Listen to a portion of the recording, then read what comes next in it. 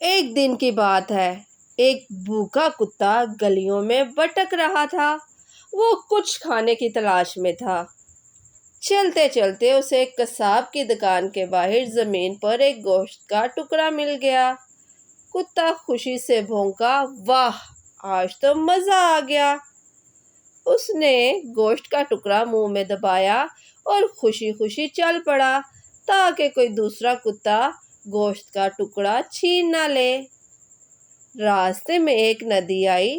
ندی پر ایک پل تھا اور جیسے ہی کتا پل پر چڑھا اس نے پانی میں جھانکا۔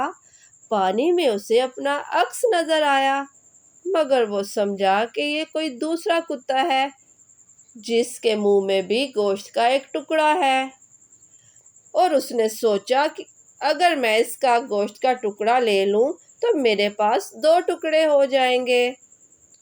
اس نے زور سے بھونک کر دوسرا گوشت کا ٹکڑا چھیننا چاہا، مگر جیسے ہی اس نے اپنا منہ کھولا اس کا اپنا گوشت کا ٹکڑا پانی میں گر گیا۔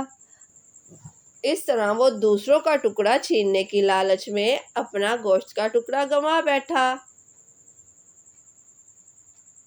کتا وہیں بیٹھ گیا اور افسوس سے بولا، کاش میں لالچی نہ بنتا، کم از کم ایک گوشت کا ٹکڑا تو میرے پاس ہی رہتا۔ لالچ کا انجام ہمیشہ نقصان ہوتا ہے۔ جو کچھ ہمارے پاس ہو ہمیں اسی پر اللہ کا شکر ادا کرنا چاہیے۔